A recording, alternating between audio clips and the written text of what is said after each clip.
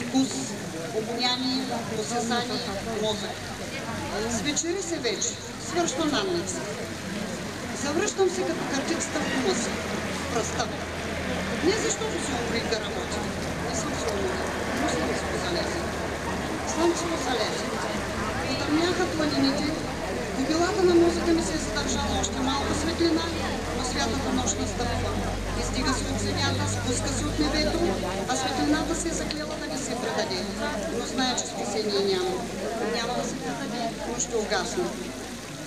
Хвърлям последен поглед на около. С кого да се сбогувам? С какво да се сбогувам? С планините, с морето, с отрупаната в плод лозница на балкона ми, с добродетелта, с брега, с студената вода. Суе.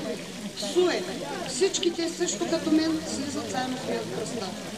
На кого да доверя радостите и огорченията си, съкровените Дон Кихотовски пориви на младостта, грубия сблъсък по-късно с Бога и хората и накрая суровата гордост на старостта, която изгаря, но оказва до самата си смърт да се превърне в пепел.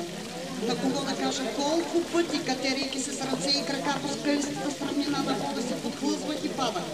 Колко пъти се надигах целия кръв и отново започвах да се изкачвам.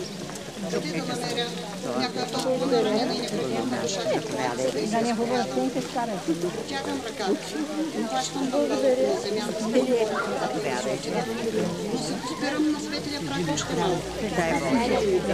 Много сигурно е за очите, ушите и сърцето. Казваш си силно, спокоен съм, не искам вече нищо. Изпълних дълга си и си отивам. Но сърцето се вкопчва в камъните и тревите, противи се и умолява. Почакай още.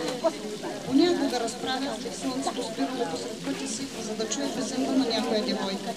Те да беше истина. Да можеше неизбежността да промени пътя си, очаровано от някоя душа, която пее долу на земята. Да можехме с плач, с смях, с песни да създадем един закон, който да сложи ред в хаоса.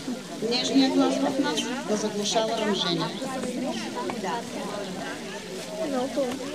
А сега Мария Камбурова ще ви поздрави с една песен.